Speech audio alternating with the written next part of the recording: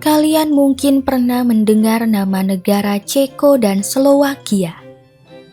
Tahukah kalian bahwa kedua negara ini unik karena dahulu pernah menjadi satu negara, tetapi kemudian berpisah seperti sekarang.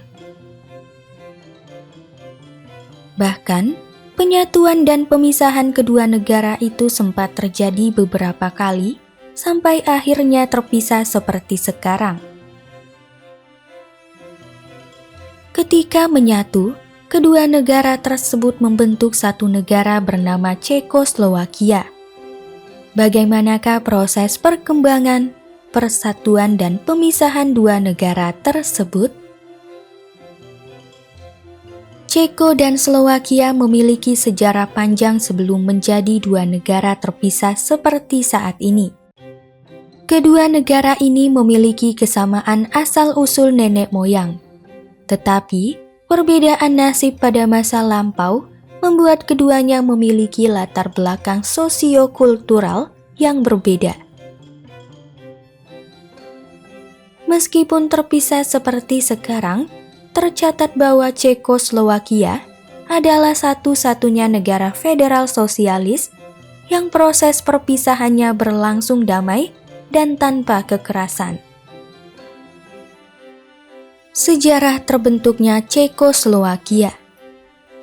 Sejak abad ke-7, bangsa Ceko dan Slowakia dipimpin seorang saudagar bernama Samo, yang berasal dari Kekaisaran Franken.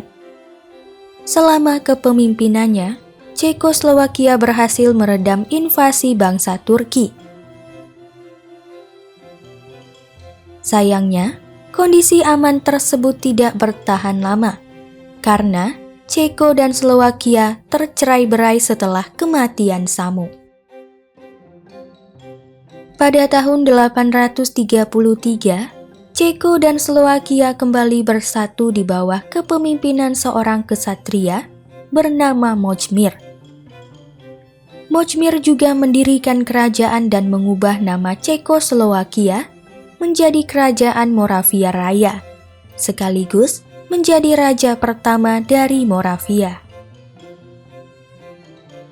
Memasuki abad ke-10, Cekoslowakia kembali pecah. Ceko dikuasai oleh Kekaisaran Romawi Suci dengan dominasi budaya Jerman atau Bohemia.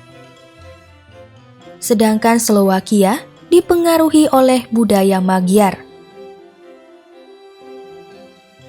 Magyar adalah budaya suatu kelompok masyarakat yang berasal dari pegunungan Ural. Kelompok ini menguasai lembah Karpatia dan membentuk satuan-satuan politik, hingga membentuk suku bangsa Hongaria atau Magyar, serta mendirikan Kepangeranan Hongaria. Selanjutnya, pada tahun 1529, Kekaisaran Austria-Hongaria berhasil merebut kekuasaan Cekoslowakia dari Turki Utsmani yang sempat berkuasa sejak abad ke-16. Menjelang akhir Perang Dunia I, ketika Kekaisaran Austria-Hungaria runtuh, Cekoslowakia melihat peluang untuk menjadi sebuah negara merdeka. Pergerakan dimulai dari seorang tokoh bernama Tomasz Garrigue Masaryk yang mengikuti pertemuan di Amerika Serikat pada bulan Mei 1918 bersama beberapa utusan dari Ceko dan Slowakia. Berawal dari pertemuan tersebut, terbitlah sebuah keputusan yang ditandatangani pada 31 Mei 1918. Keputusan tersebut menjelaskan berdirinya sebuah negara federal yang terdiri atas Ceko dan Slowakia. Peristiwa ini kemudian disusul dengan proklamasi kemerdekaan Cekoslowakia pada 18 Oktober 1918.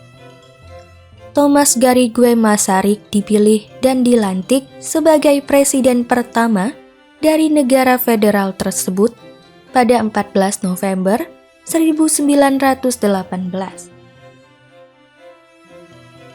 Secara geografis, Ceko terletak di bagian barat, sedangkan Slowakia berada di bagian timur.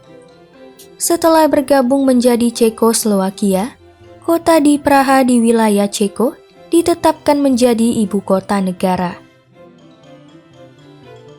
Sejak terbentuk menjadi sebuah negara republik, Cekoslowakia dikenal sebagai negara industri yang cukup maju di Eropa.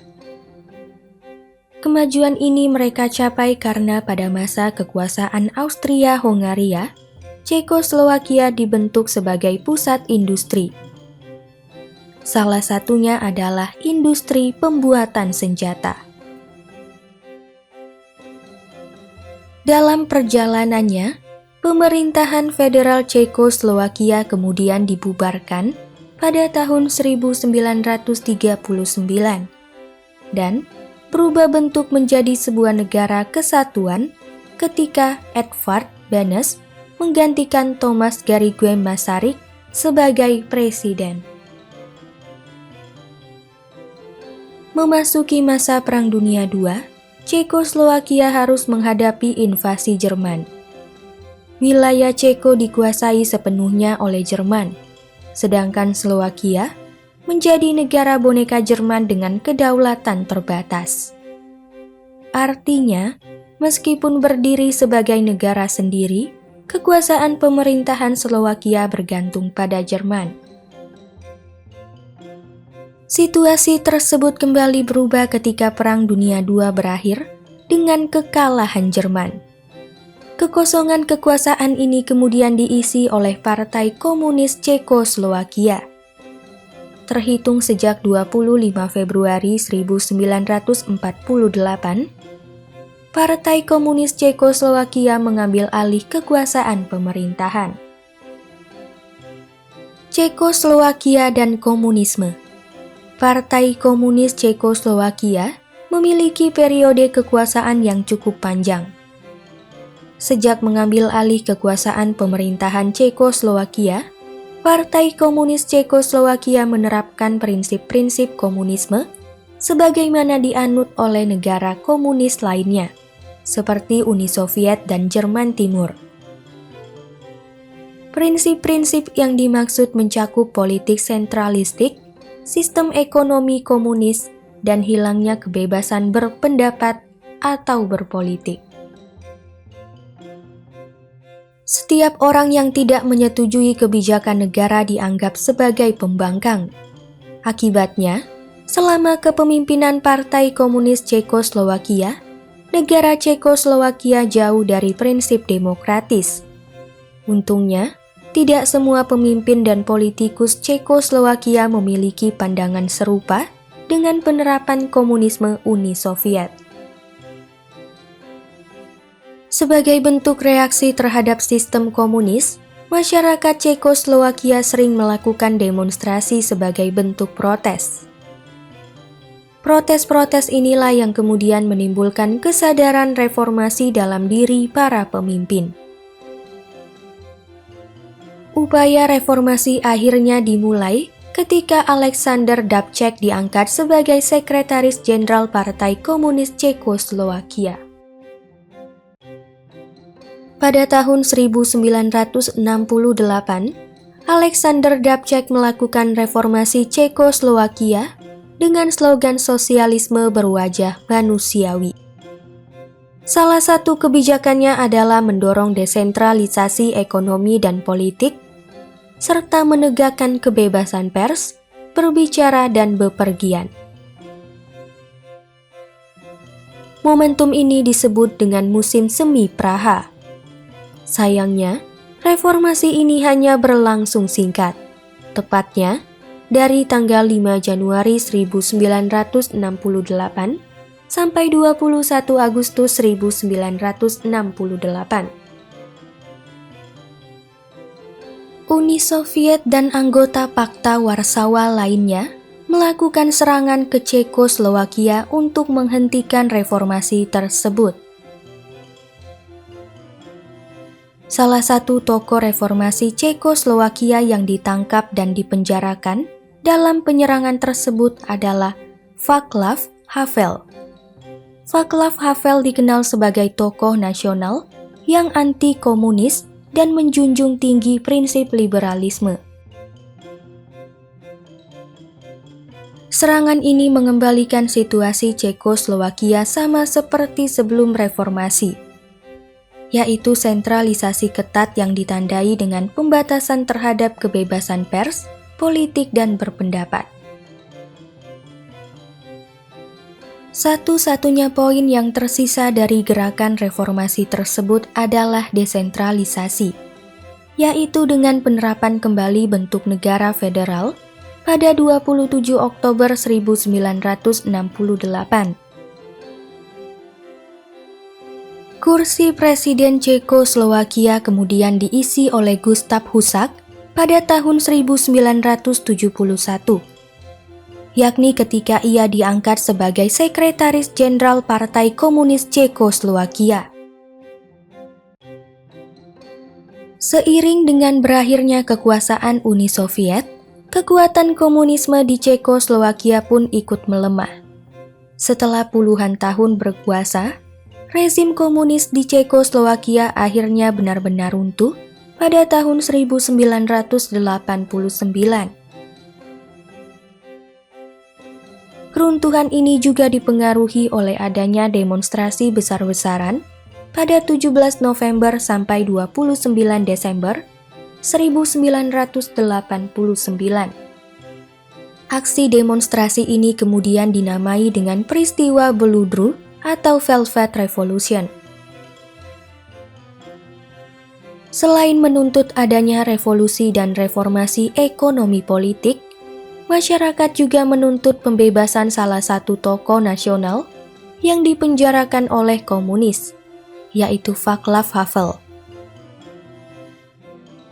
Reformasi akhirnya berjalan dengan pelaksanaan pemilihan presiden yang pertama setelah berakhirnya komunisme. Pemilihan tersebut dilakukan pada tahun 1990 dengan sistem multipartai, dengan Václav Havel terpilih sebagai presiden. Cekoslowakia di bawah pimpinan Václav Havel. Setelah terpilih sebagai presiden, Václav Havel berupaya memperbaiki sistem politik dan ekonomi Cekoslowakia.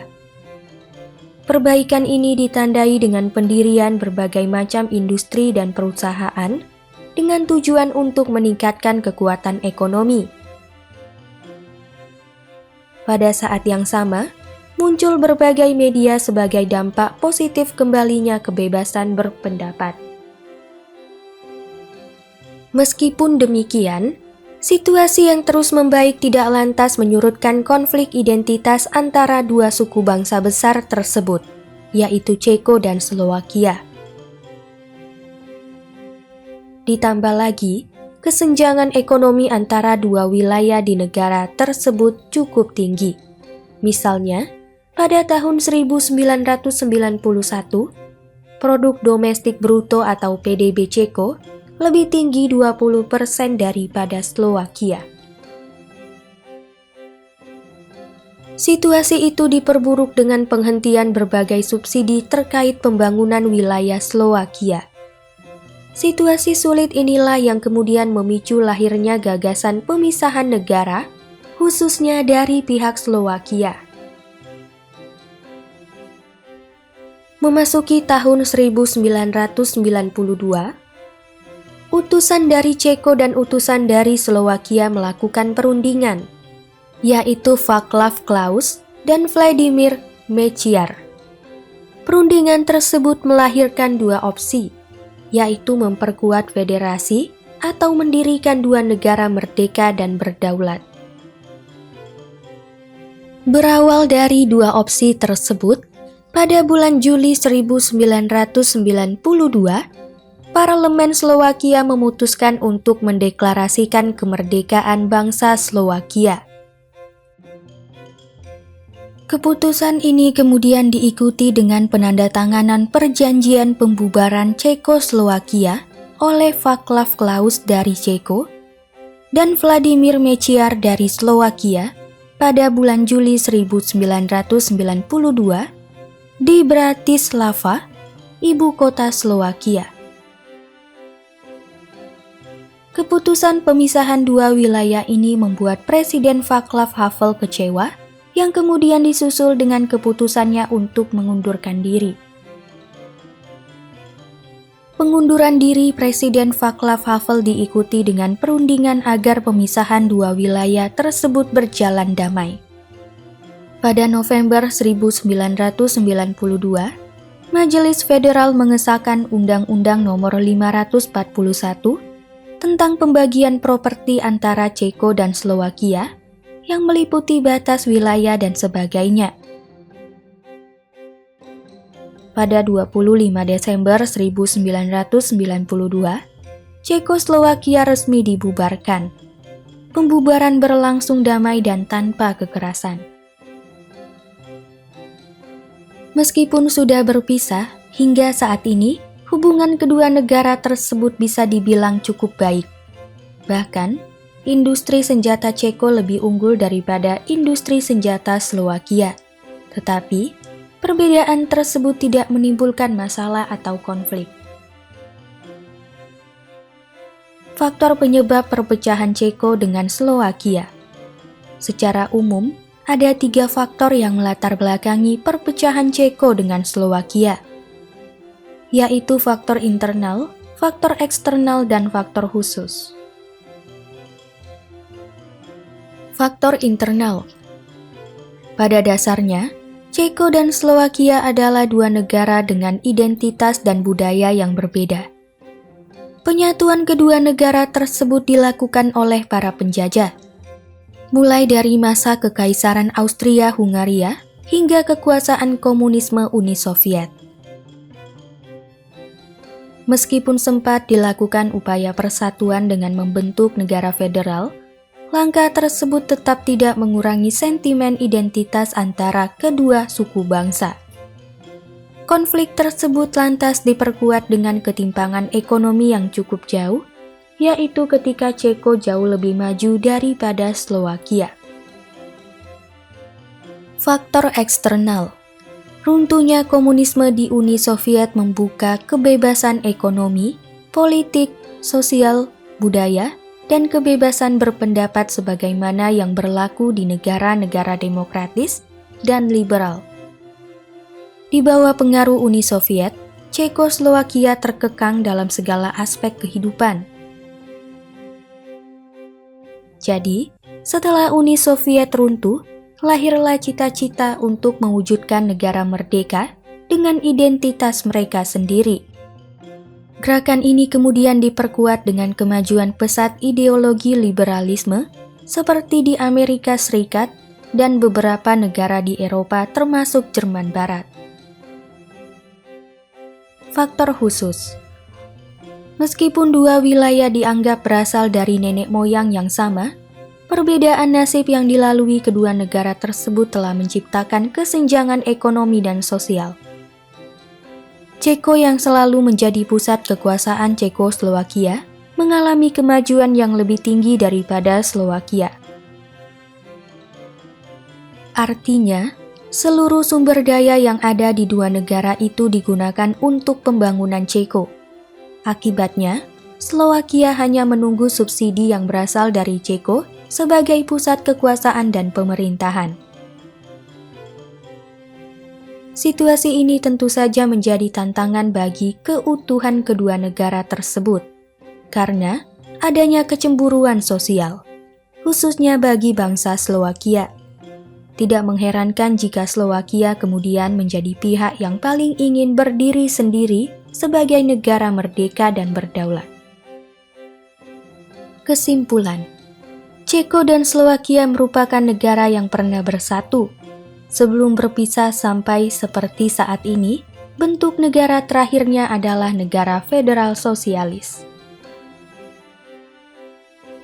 Sejarah perkembangan dan perbedaan nasib membuat dua negara ini tidak dapat bersatu. Para ahli berpandangan bahwa persatuan kedua negara tersebut merupakan persatuan yang dipaksakan.